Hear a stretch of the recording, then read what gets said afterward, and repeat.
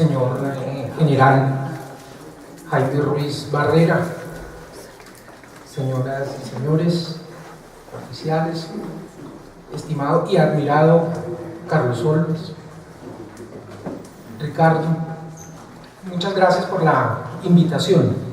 Qué provocación la que nos están haciendo. Quiero empezar por donde terminó Carlos Olmos. Aquí lo que está en juego es la legitimidad. El 18 de agosto de 1989 por la mañana, en las calles de Medellín, asesinaron al coronel Valdemar Franklin Quintero. Ya en las universidades, los estudiantes estábamos muy inquietos con los actos terroristas del cartel de Medellín. Pocos años antes, siendo soldado del Ejército de Colombia, del contingente 1 de 1985, presté el servicio militar en el batallón Guardia Presidencial, y en noviembre me correspondió vivir la realidad del Palacio de Justicia como parte de los desarrollos del proceso de paz que lideró el presidente Belisario Betancur. Por la noche de ese viernes 18 de agosto de 1989 asesinaron a Luis Carlos Galán Sarmiento. Ese fin de semana, espontáneamente en la Plaza de Bolívar, la carrera séptima, en la calle 26 por donde corrió ese cortejo fúnebre, los ciudadanos reclamaban justicia. El país entero lloraba, no solo a Galán, no solo al coronel Valdemar Franklin Quintero, sino a tantos periodistas, soldados, jueces que se atrevían a oponerse a los designios de las organizaciones terroristas y armadas al margen de la ley. Los jóvenes tomamos la determinación de organizar la que se conoció como, o unos jóvenes, decidimos convocar para el siguiente viernes, 25 de agosto de 1989, una marcha que denominamos la Marcha del Silencio, como testimonio y como juramento de que era la última vez que nos íbamos a quedar callados frente a los violentos y frente a los corruptos. Entendíamos el dolor, pero veíamos la perplejidad de la sociedad y del Estado, de los partidos políticos. No fue el gobierno, no fue el Estado, no fue el Congreso, no fue la justicia, no fueron los sindicatos ni los gremios quienes señalaron el camino. Nosotros tomamos la determinación de comprometernos a no guardar más silencio. Durante 2 meses nos encerramos a examinar la realidad del país para cumplir con nuestro juramento, y encontramos que la Constitución vigente de 1986, 103 años de vigencia para ese momento, tenía un pecado original, como varias de las constituciones del siglo XIX, y era un divorcio en el arranque entre el acuerdo en su legitimidad y su puesta en vigencia. Habían sido expedidas esas constituciones después de una victoria militar o política, y esas constituciones, en esa medida, desde que entraban en vigencia, tenían una parte del cuerpo social que no se sentía reconocida en esa constitución, y a ese pecado original se le sumaba muchos pecados de corrupción y de incapacidad. Como en toda sociedad y en todo Estado contemporáneo, se le encarga a un cuerpo de representación, el Congreso, ir adecuando las instituciones de conformidad a la evolución de la realidad social para ponerla al servicio de la propia sociedad. Y acá encontrábamos que después de todos esos años al pecado original se le habían sumado causas de disconformidad, de divorcio entre el Estado y la sociedad. El problema no era ya de legalidad, era de legitimidad. Y encontrábamos la paradoja de que el último artículo de la Constitución de 1986 vigente para el momento, el 218, había sido el artículo 13 del plebiscito de 1957. El plebiscito, en realidad más un referendo, ahora es al revés, ya lo explicaré, es otra vez un plebiscito, un referendo, un plebiscito disfrazado de referendo.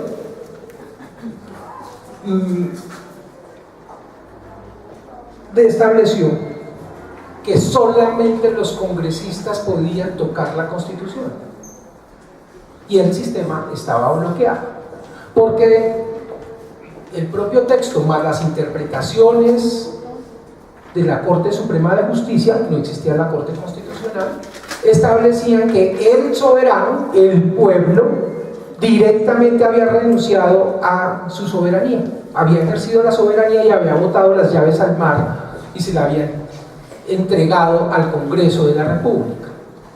El presidente Barco había intentado desde el inicio de su gobierno promover reformas constitucionales para avanzar hacia democracia participativa y hacer otras importantes reformas constitucionales. El acuerdo, llamémoslo especial, de la Casa de Nariño con el presidente Pastrana había sido declarado inconstitucional por el Consejo de Estado, un simple comunicado de prensa. Se habían frustrado en parte la reforma constitucional del presidente López por razones similares a las que ahora se le pueden advertir y adjudicar como peca a lo que está sucediendo actualmente, en el sentido de que el Congreso renunció mediante una reforma constitucional durante el gobierno del presidente López y creó una pequeña constituyente para tratar temas de ordenamiento territorial y de justicia, y eso fue declarado inconstitucional. Hubo otra reforma constitucional del presidente Turbay promovida por su gobierno que fue declarada inconstitucional, y los intentos de reforma del presidente Barco también estaban naufragando. Sin embargo, avanzaba en el Congreso una reforma constitucional por esos días, que creaba el mecanismo de participación de los referendos, de los plebiscitos. Pero nuestra clase política, con Norberto Morales Ballesteros a la cabeza, presidente de la Cámara, quería esos plebiscitos para sepultar la extradición que presionaba el narcoterrorismo con las bombas de 1989, con los asesinatos colectivos. Nosotros, ante ese diagnóstico, decidimos ejercer la responsabilidad de hacer propuestas serias, viables, y actuar dentro del Estado de Derecho.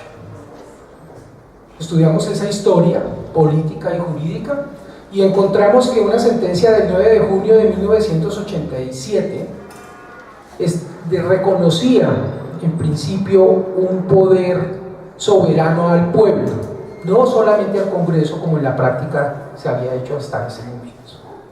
Y empezamos a examinar posibilidades. Veíamos que no había en la representación política, en el Congreso, la voluntad real, ni la legitimidad, ni en un Estado una consolidación del interés público.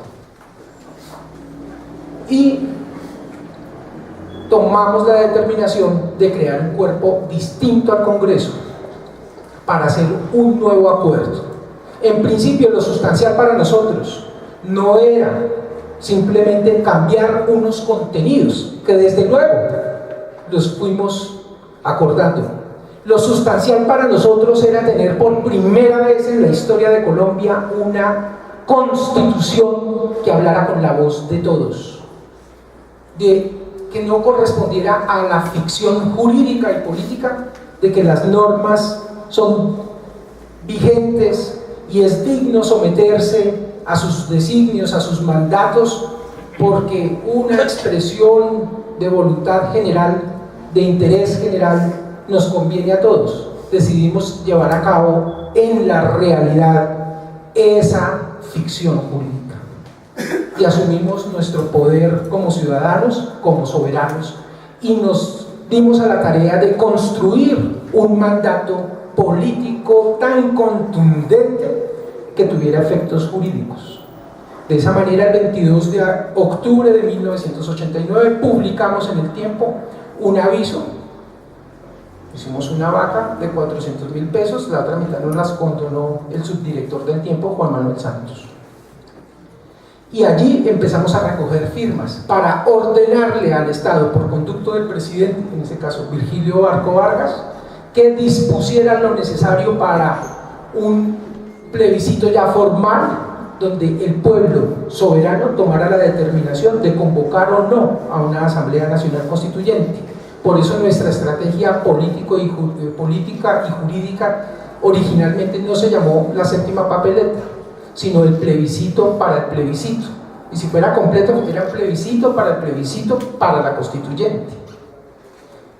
Cuando empezamos a ver que el llamado tenía suficiente respaldo, interés de todas las aristas de la realidad política y social colombiana, mientras recogíamos firmas, hicimos investigaciones de corrupción de los congresistas con los auxilios parlamentarios, una expresión de su felonía, de su soberbia, creada en 1968, consistente en que los congresistas como Edipo iban distribuyendo dineros públicos y becas a su antojo para sus fundaciones, etc., como una expresión de privilegio bastante odiosa, casi monárquica.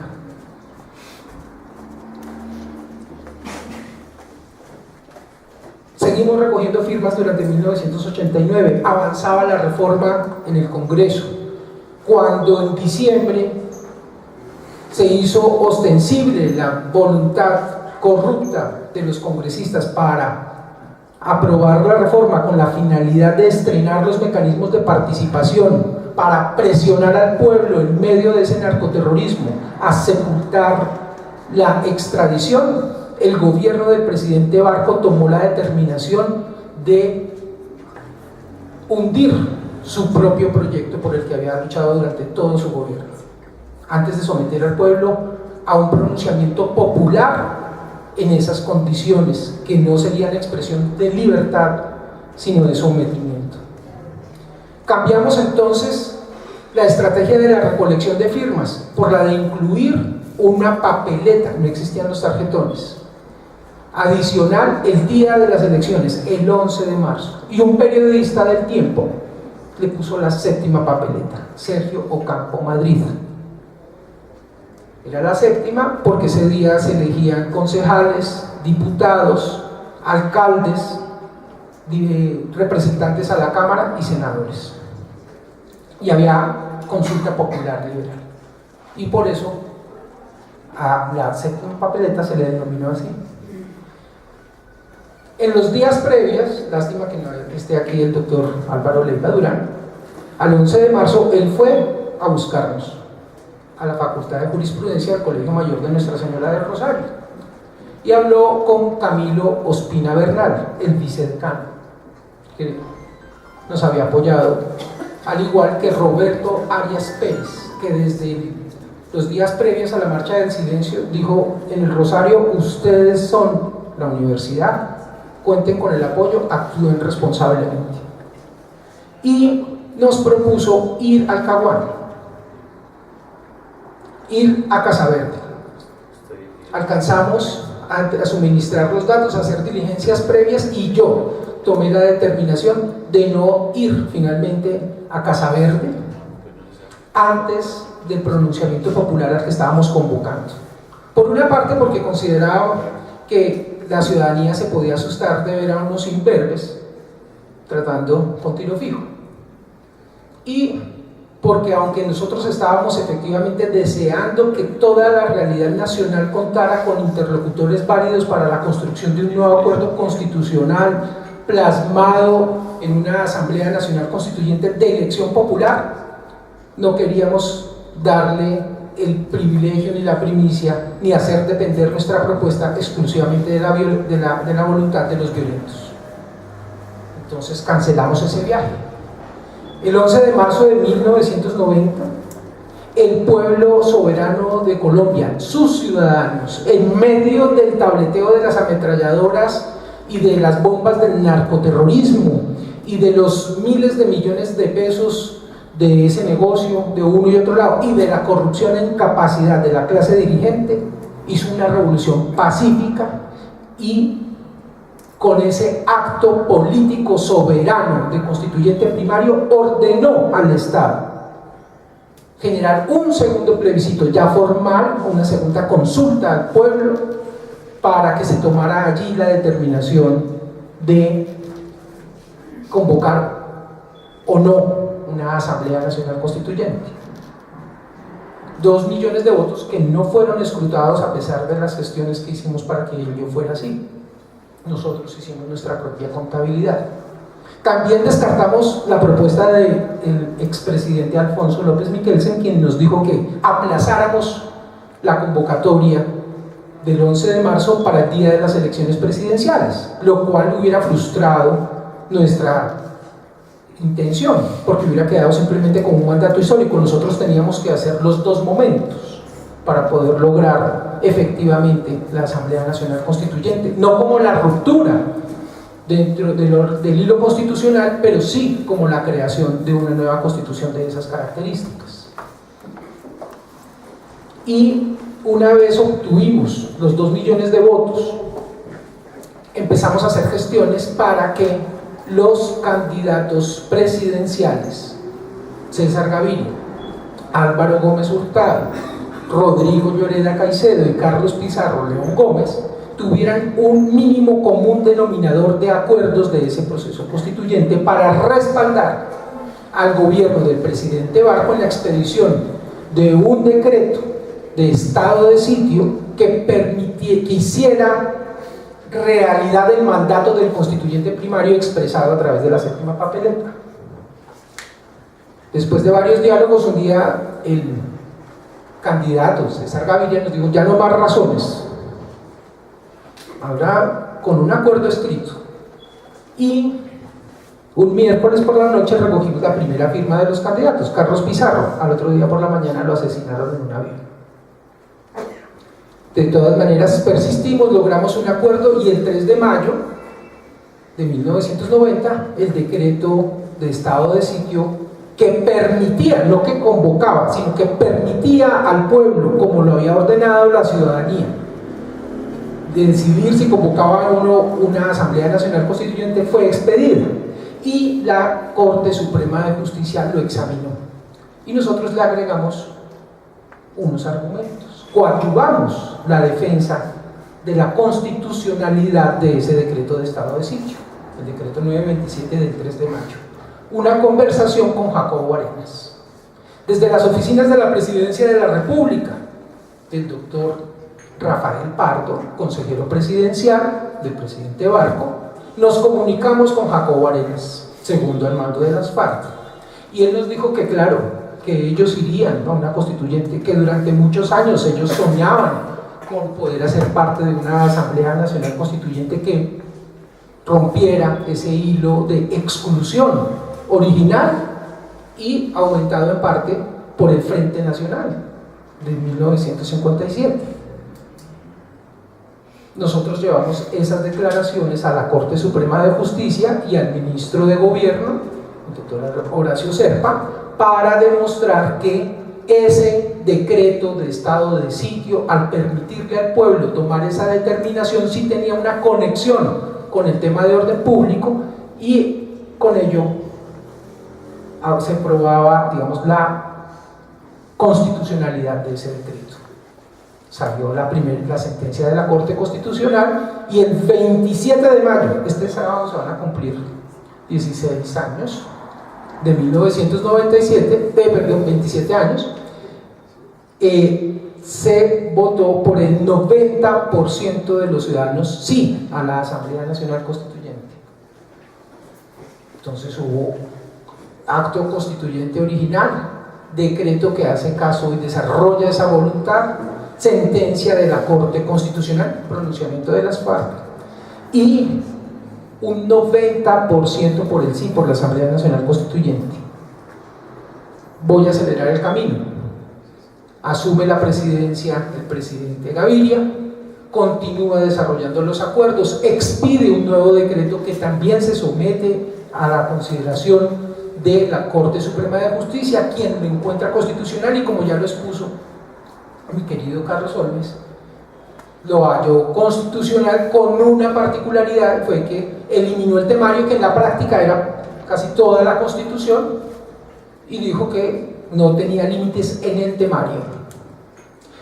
Y el 9 de diciembre volvió y se votó la convocatoria sí o no a la Asamblea Nacional Constituyente y se eligieron los delegatarios.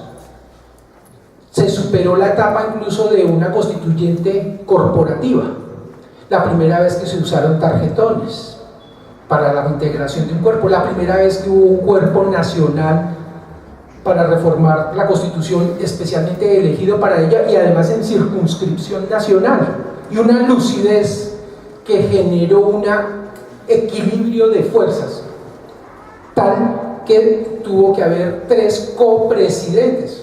Nosotros estamos acostumbrados en la Junta del Edificio, en las JAL, en los consejos, en las asambleas y en los congresos a ver un presidente. Ayer tuvo que haber 3 para poder, era tal el nivel de fuerzas y la correlación de fuerzas que se logró en la realidad lo que habíamos querido, y era una constitución concertada, incluyente. 111.000 propuestas recogidas, sistematizadas por el gobierno en la ESAP, la Consejería Presidencial, para la Constitución, para la constituyente, tomadas en serio. Una constitución realmente legítima, y esa es la que nos pretenden rapar ahora a través de comunicados de prensa de vigencia inmediata.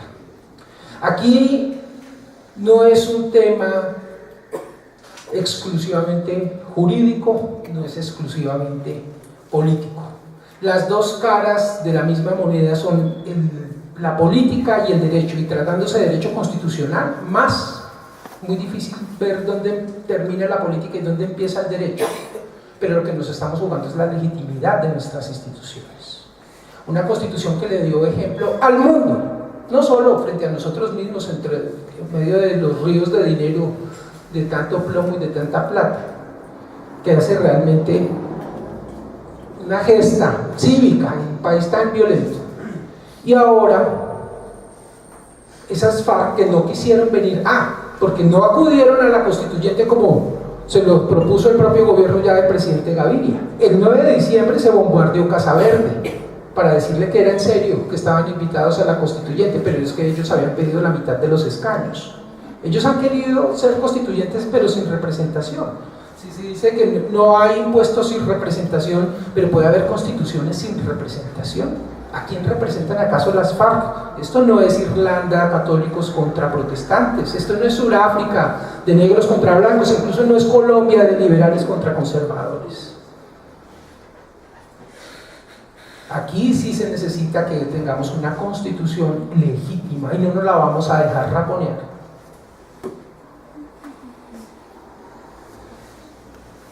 Por eso se están presentando argumentos ante la Corte Constitucional, alegatos para evitar que se dé la apariencia de respeto al pueblo mediante ese mecanismo llamado ahora plebiscito, tramposo, que no cumple con las exigencias que la propia Corte Constitucional ha establecido en virtud de lo que ordena la Constitución y la propia jurisprudencia, porque no es leal, porque se usa la expresión de ratificar acuerdos para darle fuerza de norma jurídica, porque no es leal invocar valores como la paz, sobre el cual pues sería inocuo preguntar a la gente si hay voluntad o no de construir la paz, cuando en realidad no se está preguntando por la paz, sino que se pretende poner en vigencia los acuerdos de La Habana, los Havana Papers.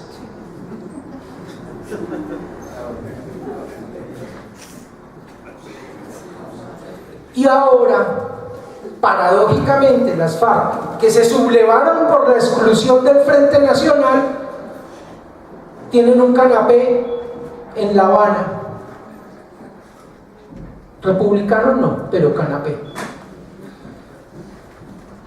Con el gobierno del presidente Santos, disponiendo ellos nuestra constitución, una constitución que ni nos la regalaron ni nos la impusieron, la conquistamos, a pesar de los violentos, a pesar de los corruptos, a pesar de los supuestos blindajes. Este blindaje jurídico en este caso significa es que no le entra el derecho.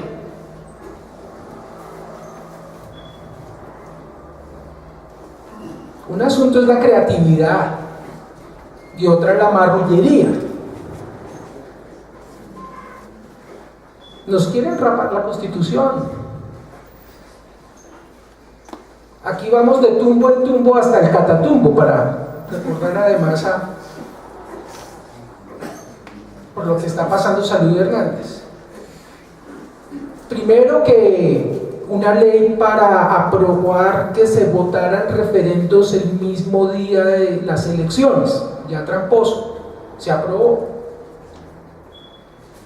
Ahora que es un plebiscito, para no renunciar a la constituyente.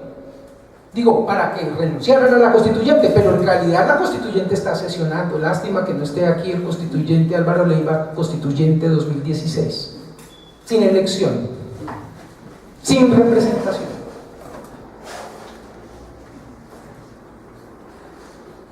Yo creo, para pasar a las propuestas, perdí la noción del tiempo, creo que es más o menos justo. Lleva 10 minutos apenas.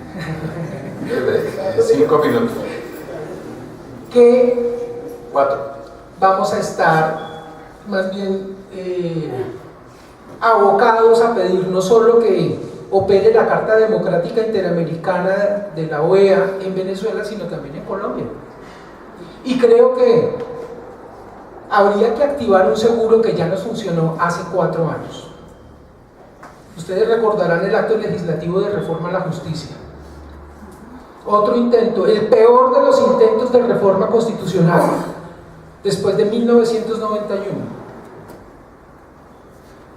Pretendían sepultar viva la pérdida de investidura. Yo les conté acá cómo parte del origen de la Asamblea Constituyente pasaba por la corrupción, por la incapacidad de los congresistas, y por eso se cambió tan fuertemente el régimen de los congresistas y se creó la pérdida de investidura, y agazapadamente y pacientemente esperaron desde 1991 hasta el 2012 para dar un asalto, cuando creyeron que la ciudadanía estaba dormida, y sepultaban viva, como en catalepsia, la pérdida de investidura, sin derogarla, pero volviéndola inoperante, acabando sus causales, permitiéndose a ellos mismos modificarlas para volverlas inhánimes. Pérdidas de la investidura que podían convertirse en sanciones como la suspensión, etc. Y un clima parecido al que estamos viviendo ahora. Durante algunos meses, un grupo de ciudadanos hicimos seguimiento al trámite de esa reforma constitucional y teníamos la sensación de que la ciudadanía no le importaba el tema. Parecido también a los antecedentes de la marcha contra las FARC del 4 de febrero del 2008. Creíamos que la ciudadanía no estaba entendiendo. Artículos de prensa, encuentros como este, y no había todavía terror, pero el día que se aprobó el acto legislativo de la reforma a la justicia, que se sepultaba la pérdida de investidura, que cambiaba el régimen de responsabilidad del Congreso y que ponía en libertad a algunos de los congresistas implicados en relaciones con organizaciones armadas al margen de la ley, con el respaldo del Congreso. Eso no fue que solo en la conciliación.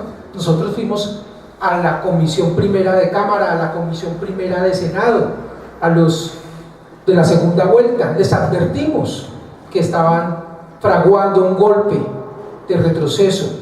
A la Constitución se le pueden meter cambios, que vamos a decir nosotros que cambiamos una de 105 años, pero es mejor quinta que reversa. Y decidimos anunciar que íbamos a convocar, y creo que puede ser esa otra vez la posibilidad, un referendo derogatorio de ese acto legislativo. Y referendo derogatorio hubo vía Twitter y vía Facebook. El presidente Juan Manuel Santos estaba en Brasil.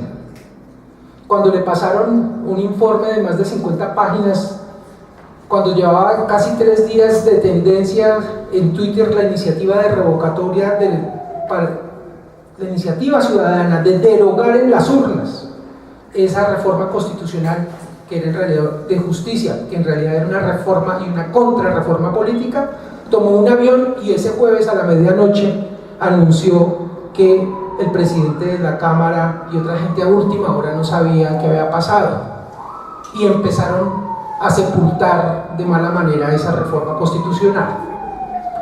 ¿Por qué ese es el mecanismo? La constituyente de 1991 identificó algunas de las vértebras principales de los temas más queridos, de las principales conquistas del proceso constituyente: la Carta de Derechos, el poder ciudadano, los mecanismos de participación y el nuevo régimen del Congreso. Cuando se expiden reformas constitucionales que tratan esos temas, hay un mecanismo de convocatoria expedito de menores exigencias en recolección de firmas para que sea el pueblo quien determine si esa reforma sigue vigente o no. Muchas gracias.